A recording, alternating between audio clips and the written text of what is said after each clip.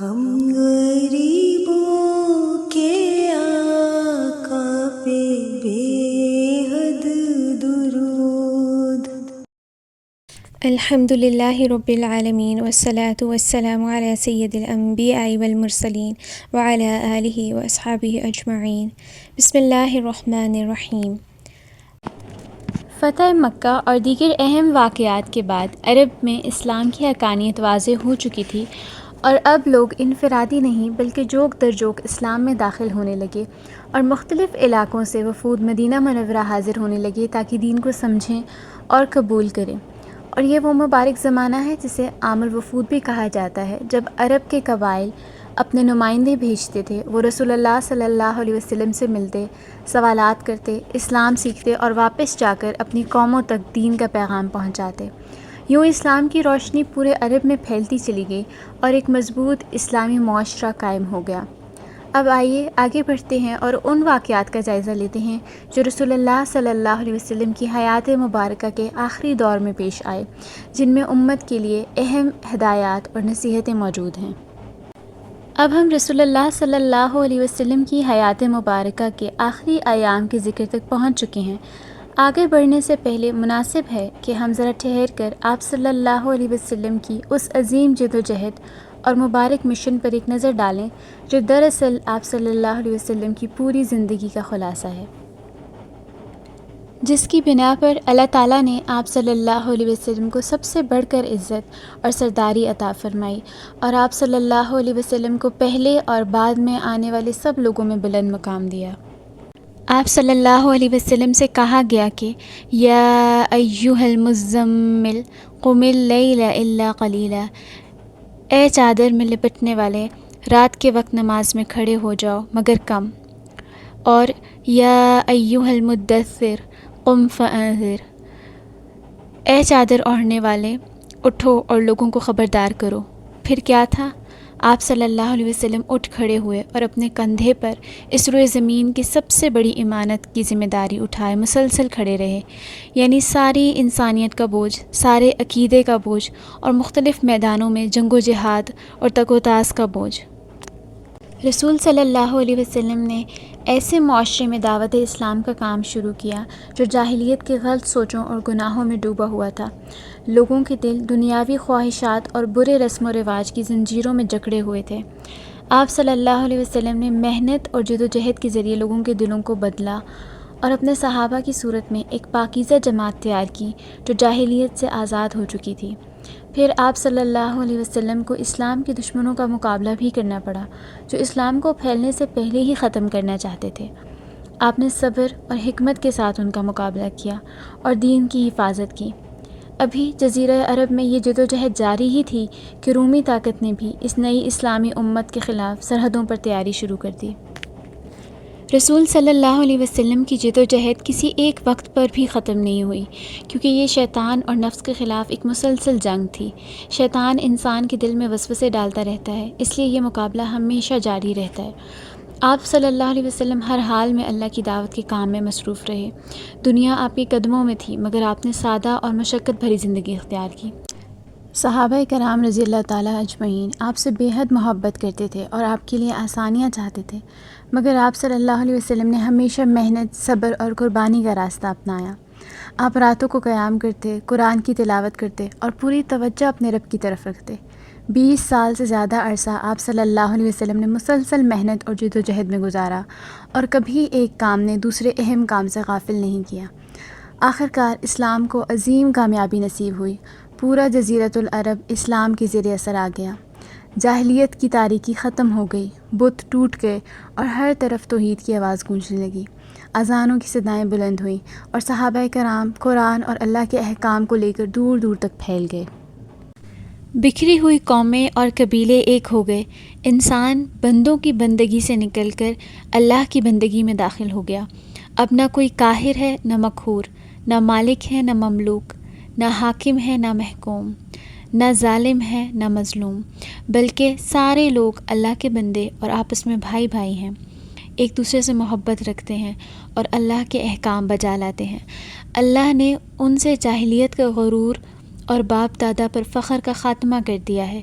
اب عربی کو اجمی پر اور اجمی کو عربی پر کوئی برتری نہیں، برتری کا معیار صرف تقویٰ ہے، ورنہ سارے لوگ آدم علیہ السلام کی اولاد ہیں اور آدم علیہ السلام مٹی سے تھے۔ اس دعوت کی بدولت اجتماعی عدل وجود میں آ گیا، پوری انسانیت کو دنیاوی مسائل اور اخروی معاملات میں سعادت کی راہ مل گئی۔ ان تبدیلیوں کی بدولت جزیرۃ العرب نے ایک ایسی بابرکت اٹھان کا مشاہدہ کیا کہ جس کی مثال انسانی وجود کے کسی دور میں نہیں دیکھی گئی۔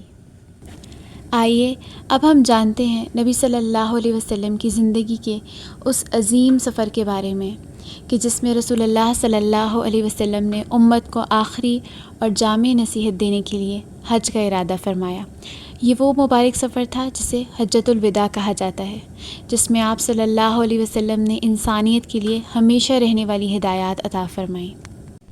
جب دعوت و تبلیغ کا عظیم کام مکمل ہو چکا تھا، اللہ تعالیٰ کی توحید قائم ہو گئی، باطل معبودوں کی نفی ہو گئی اور محمد رسول اللہ صلی اللہ علیہ وسلم کی رسالت کی بنیاد پر ایک نیا اسلامی معاشرہ وجود میں آ گیا۔ اب گویا رسول اللہ صلی اللہ علیہ وسلم کو یہ احساس ہونے لگا تھا کہ دنیا میں آپ کا قیام اپنے اختتام کے قریب ہے۔ چنانچہ جب آپ صلی اللہ علیہ وسلم نے حضرت معاذ بن جبل کو 10 ہجری میں یمن کا گورنر بنا کر روانہ کیا تو رخصت کرتے ہوئے فرمایا، اے معاذ، شاید اس سال کے بعد تم مجھ سے نہ مل سکو، ممکن ہے تم میری اس مسجد اور میری قبر کے پاس سے گزرو۔ یہ سن کر حضرت معاذ رضی اللہ تعالیٰ عنہ رسول اللہ صلی اللہ علیہ وسلم کی جدائی کے خیال سے بہت غمگین ہوئے اور ان کی آنکھوں سے آنسو جاری ہو گئے۔ در حقیقت اللہ تعالیٰ چاہتا تھا کہ اپنے پیغمبر صلی اللہ علیہ وسلم کو اس دعوت کی ثمرات دکھلا دے جس کی راہ میں آپ نے 20 برس سے زیادہ عرصے تک طرح طرح کی مشکلات اور مشقتیں برداشت کی تھیں، اور اس کی صورت یہ ہو کہ آپ صلی اللہ علیہ وسلم حج کے موقع پر اطراف مکہ میں قبائل عرب کے افراد اور نمائندگان کے ساتھ جمع ہوں، پھر وہ آپ صلی اللہ علیہ وسلم سے دین کے احکام حاصل کریں اور آپ ان سے یہ شہادت لیں کہ آپ نے امانت ادا کر دی اور امت کی خیر خواہی کا حق ادا فرما دیا۔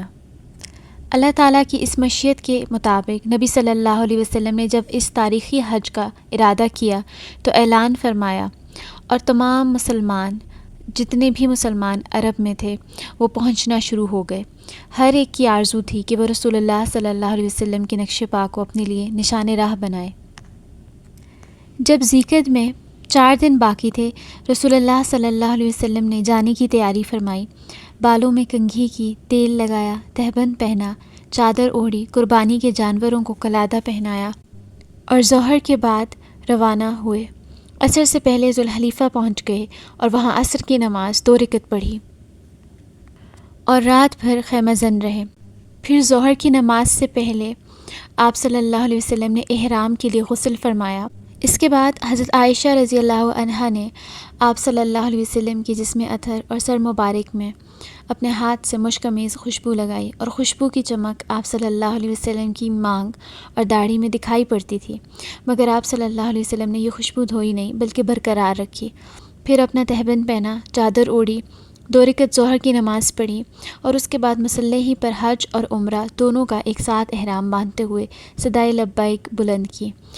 اس کے بعد اونٹنی پر سوار کھلے میدان میں تشریف لے گئے تو وہاں بھی لبیک پکارا۔ اس کے بعد آپ صلی اللہ علیہ وسلم نے اپنا سفر جاری رکھا۔ ہفتے بعد جب آپ صلی اللہ علیہ وسلم سر شام مکہ کے قریب پہنچے تو ذی طوا میں ٹھہر گئے، وہیں رات گزاری اور فجر کی نماز پڑھ کر غسل فرمایا۔ پھر مکہ میں صبح داخل ہوئے۔ یہ 4 ذی الحج کا دن تھا۔ راستے میں 8 راتیں گزرتی تھیں۔ مسجد حرام پہنچ کر آپ صلی اللہ علیہ وسلم نے پہلے خانہ کعبہ کا طواف کیا، پھر صفا مروہ کے درمیان سعی کی، مگر احرام نہیں کھولا کیونکہ آپ صلی اللہ علیہ وسلم نے حج اور عمرے کا احرام ایک ساتھ باندھا تھا اور اپنے ساتھ قربانی کے جانور لائے تھے۔ طواف اور سعی سے فارغ ہو کر آپ نے بالائی مکہ کے پاس قیام فرمایا، لیکن دوبارہ طواف حج کے سوا کوئی اور طواف نہیں کیا۔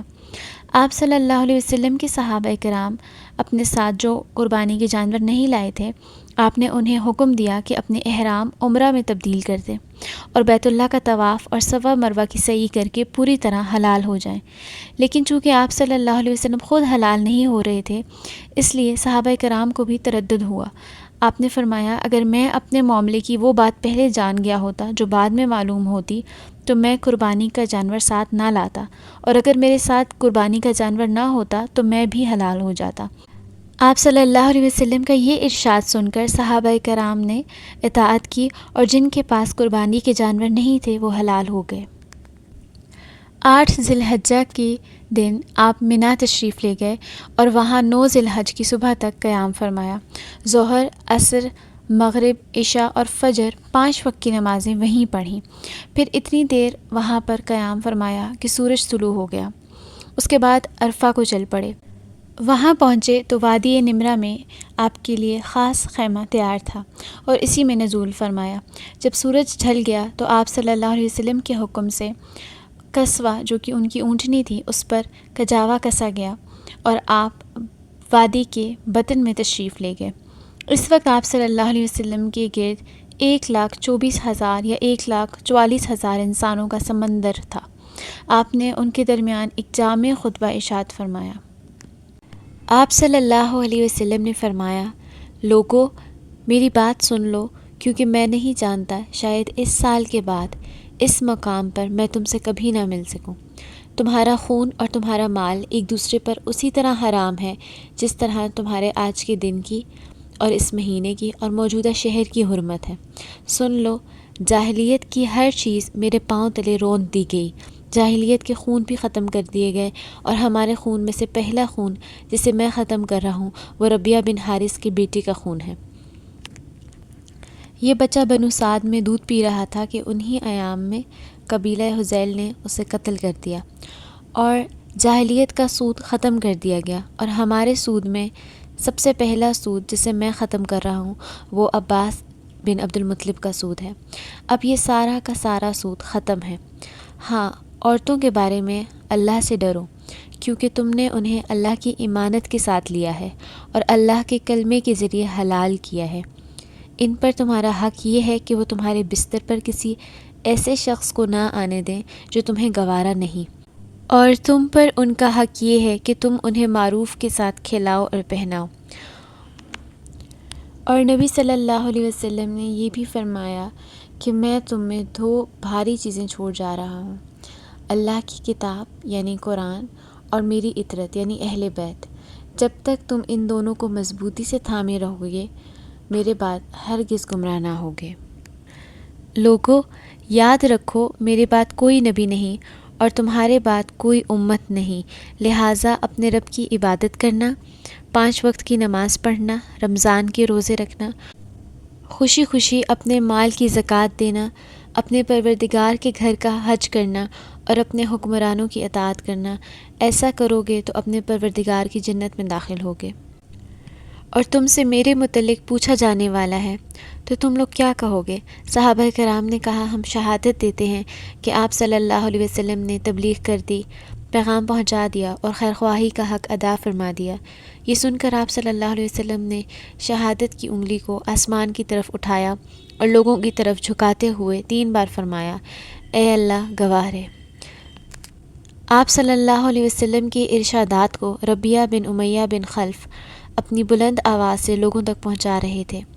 جب آپ صلی اللہ علیہ وسلم خطبے سے فارغ ہو چکے تو اللہ تعالیٰ نے یہ آیت نازل فرمائی، الیوم اکملت لکم دینکم واتممت علیکم نعمتی ورضیت لکم الاسلام دینا۔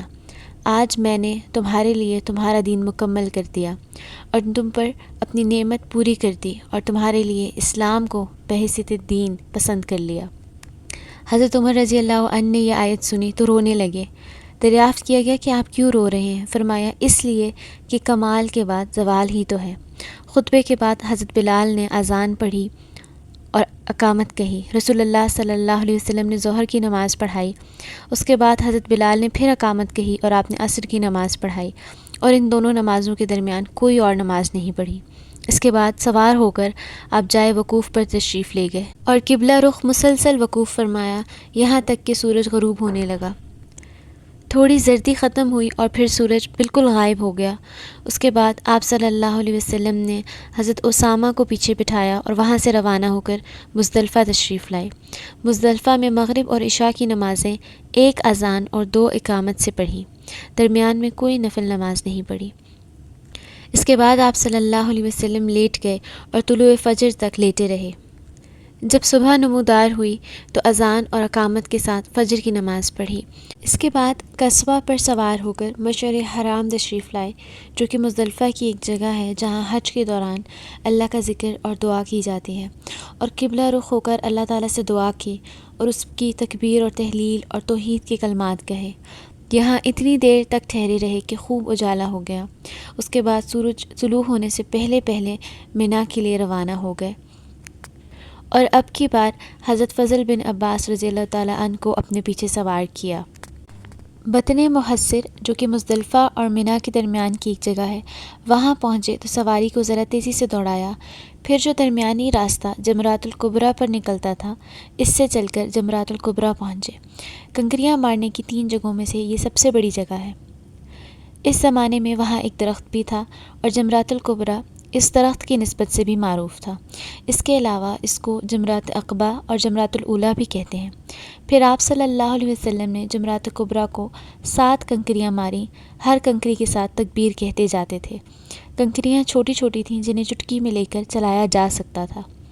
آپ صلی اللہ علیہ وسلم نے یہ کنکریاں وادی کے درمیانی حصے میں کھڑے ہو کر ماری تھیں، اور اس کے بعد آپ قربان گاہ تشریف لے گئے اور اپنے دست مبارک سے 63 اونٹ ذبح کیے، اور پھر حضرت علی رضی اللہ عنہ کو سونپ دیا اور انہوں نے باقی 37 اونٹ ذبح کیے، اور اس طرح 100 اونٹ کی تعداد پوری ہو گئی۔ آپ صلی اللہ علیہ وسلم نے حضرت علی کو بھی اپنی قربانی میں شریک فرما لیا تھا۔ اس کے بعد آپ صلی اللہ علیہ وسلم کے حکم سے ہر اونٹ کا ایک ایک ٹکڑا کاٹ کر ہانڈی میں ڈالا اور پکایا گیا۔ پھر آپ صلی اللہ علیہ وسلم اور حضرت علی نے اسی گوشت میں سے کچھ کھایا۔ اس کے بعد رسول اللہ صلی اللہ علیہ وسلم سوار ہو کر مکہ تشریف لے گئے، بیت اللہ کا طواف فرمایا، اسے طواف اضافہ بھی کہتے ہیں، اور مکہ ہی میں ظہر کی نماز ادا فرمائی۔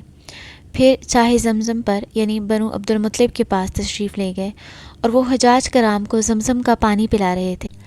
آپ صلی اللہ علیہ وسلم نے فرمایا، بنو عبد المطلب تم لوگ پانی کھینچو، اگر یہ اندیشہ نہ ہوتا کہ پانی پلانے کے اس کام میں لوگ تمہیں مغلوب کر دیں گے تو میں بھی تم لوگوں کے ساتھ کھینچتا۔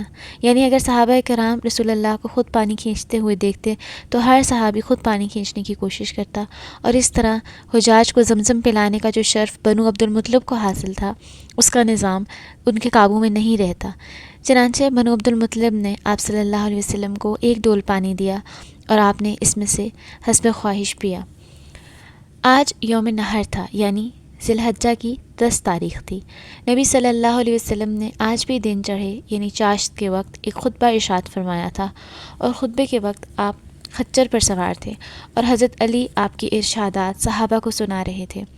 صحابہ کرام کچھ بیٹھے کچھ کھڑے تھے۔ آپ صلی اللہ علیہ وسلم نے آج کے خطبے میں بھی کل کی کئی باتیں دہرائیں۔ صحیح بخاری اور صحیح مسلم میں حضرت ابو بکر رضی اللہ عنہ کا یہ بیان مروی ہے کہ نبی صلی اللہ علیہ وسلم نے ہمیں یوم النحر یعنی 10 ذی الحجہ کو بھی خطبہ فرمایا اور کہا کہ زمانہ گھوم پھر کر اپنی اسی دن کی حیت پر پہنچ گیا ہے جس دن اللہ تعالیٰ نے آسمان اور زمین کو پیدا کیا تھا۔ سال 12 مہینے کا ہے، جن میں سے 4 مہینے حرام کے ہیں، 3 پے در پے یعنی ذیقعد، ذی الحج اور محرم ہے، اور 1 رجب جو کہ جمادی الآخر اور شعبان کے درمیان میں ہے۔ آپ صلی اللہ علیہ وسلم نے یہ بھی فرمایا کہ یہ کون سا مہینہ ہے؟ ہم نے کہا اللہ اور اس کے رسول بہتر جانتے ہیں۔ اس پر آپ خاموش رہے یہاں تک کہ ہم نے سمجھا کہ آپ اس کا کوئی اور نام رکھیں گے، لیکن پھر آپ صلی اللہ علیہ وسلم نے فرمایا کہ یہ ذی الحجہ نہیں ہے۔ ہم نے کہا کیوں نہیں؟ آپ صلی اللہ علیہ وسلم نے فرمایا یہ کون سا شہر ہے؟ ہم نے کہا اللہ اور اس کے رسول بہتر جانتے ہیں۔ اس پر آپ صلی اللہ علیہ وسلم خاموش رہے یہاں تک کہ ہم نے سمجھا کہ آپ اس کا کوئی اور نام رکھیں گے، مگر آپ نے فرمایا کیا یہ مکہ نہیں؟ ہم نے کہا کیوں نہیں؟ آپ صلی اللہ علیہ وسلم نے فرمایا اچھا تو یہ دن کون سا ہے؟ ہم نے کہا اللہ اور اس کے رسول بہتر جانتے ہیں۔ اس پر آپ خاموش رہے یہاں تک کہ ہم نے سمجھا کہ آپ اس کا کوئی اور نام رکھیں گے، مگر آپ نے فرمایا کیا یہ یوم النحر قربانی کا دن یعنی 10 ذی الحجہ نہیں؟ ہم نے کہا کیوں نہیں؟ آپ نے فرمایا اچھا تو سنو کہ تمہارا خون، تمہارا مال اور تمہاری آبرو ایک دوسرے پر ایسے ہی حرام ہے جیسے تمہارے اس شہر اور تمہارے اس مہینے میں تمہارے آج کے دن کی حرمت ہے، اور تم لوگ بہت جلد اپنے پروردگار سے ملو گے اور وہ تم سے تمہارے اعمال کے متعلق پوچھے گا، لہٰذا دیکھو میرے بات پلٹ کر گمراہ نہ ہو جانا کہ آپس میں ایک دوسرے کی گردنیں مارنے لگو۔ بتاؤ کیا میں نے تبلیغ کر دی؟ صحابہ نے کہا ہاں۔ آپ نے فرمایا اے اللہ گواہ رہے۔ نبی صلی اللہ علیہ وسلم نے کہا کہ جو شخص موجود ہے وہ غیر موجود تک میری باتیں پہنچا دے۔ اس کے بعد آپ صلی اللہ علیہ وسلم ایام تشریق یعنی 11، 12 اور 13 ذی الحج کو منا میں ہی رہے۔ اس دوران آپ صلی اللہ علیہ وسلم حج کے مناسک بھی ادا فرما رہے تھے اور لوگوں کو شریعت کے احکام بھی سکھا رہے تھے، اللہ کا ذکر بھی فرما رہے تھے اور ملت ابراہیم کی سنت کے مطابق قربانی بھی قائم کر رہے تھے اور شرک کے آثار اور نشانات کا صفایا بھی فرما رہے تھے۔ آپ صلی اللہ علیہ وسلم نے ایام تشریق میں بھی ایک دن خطبہ دیا۔ ایام تشریق کے خاتمے پر یعنی 13 ذی الحج کو نبی صلی اللہ علیہ وسلم نے منا سے کوچ فرمایا اور وادی ابطح تشریف لے گئے اور دن کا باقی حصہ وہیں گزارا۔ ظہر، عصر اور مغرب، عشاء تمام نمازیں وہیں پڑھیں، اور البتہ عشاء سے فارغ ہونے کے بعد نبی صلی اللہ علیہ وسلم بیت اللہ تشریف لے گئے اور طواف وداع فرما آئے۔ اور اب تمام مناسک حج سے فارغ ہو کر آپ صلی اللہ علیہ وسلم نے سواری کا رخ مدینہ منورہ کی راہ پر ڈال دیا۔ حضرت زید بن ارقم رضی اللہ عنہ فرماتے ہیں جب رسول اللہ صلی اللہ علیہ وسلم حجۃ الوداع سے واپس لوٹے اور غدیر خم کے مقام پر ٹھہرے تو آپ نے بڑے بڑے درختوں کے پاس رک جانے کا حکم دیا تو سب لوگ وہاں رک گئے۔ پھر آپ صلی اللہ علیہ وسلم نے فرمایا گویا کہ مجھے بلایا گیا ہے اور میں نے یہ بلاوا قبول کر لیا ہے۔ میں تم میں 2 چیزیں چھوڑ کر جا رہا ہوں، ان میں سے ایک دوسری سے بڑی ہے، کتاب اللہ یعنی قرآن اور اپنی آل۔ اب تم خود سوچ لو کہ ان کے ساتھ کیسا برتاؤ کرنا ہے، کیونکہ یہ دونوں کبھی ایک دوسرے سے جدا نہ ہوں گے حتیٰ کہ یہ دونوں اکٹھے حوض کوثر پر میرے پاس آئیں گے۔ پھر آپ صلی اللہ علیہ وسلم نے حضرت علی رضی اللہ عنہ کا ہاتھ تھام کر فرمایا جس کا میں مولا ہوں اس کا علی مولا ہے۔ اے اللہ تو اس سے محبت کر جو اس علی سے محبت کرے، اور تو اس سے دشمنی کر جو اس علی سے دشمنی کرے۔ حجۃ الوداع کے سارے واقعات ہمیں یہ بتاتے ہیں کہ نبی صلی اللہ علیہ وسلم صرف دین کے پیغمبر نہیں بلکہ پوری انسانیت کے لیے رہنمائی ہیں، اور آپ صلی اللہ علیہ وسلم کی تعلیمات آج بھی ہمارے لیے مشعل راہ ہیں۔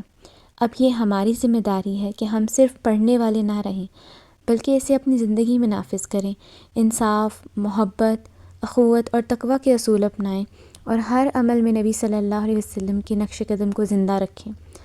اللہ تعالی ہم سب کو آپ کی محبت کرنے والا، اہل بیت کی اتباع کرنے والا اور آپ صلی اللہ علیہ وسلم کے مشن کو آگے بڑھانے والا بنائے۔ اللہ ہماری زندگیوں کو دوسروں کے لیے باعث خیر اور امت کے لیے فخر بنائے، آمین۔ نبی صلی اللہ علیہ وسلم کی تعلیمات کو یاد رکھنا اور اس پر عمل کرنا ہماری سب سے بڑی ذمہ داری ہے، اور یہی سب سے بڑا درس ہے جو ہم آج سے اپنی زندگی میں لے سکتے ہیں۔ سب مل کر درود شریف پڑھیں۔ اللہم صلی علی محمد وعلی آل محمد کما صلیت علی ابراہیم وعلی آل ابراہیم انک حمید مجید۔ اللہم بارک علی محمد وعلی آل محمد کما بارکت علی ابراہیم وعلی آل ابراہیم انک حمید مجید۔ سبحانک اللہم وبحمدک اشہد ان لا الہ الا انت استغفرک واتوب الیک۔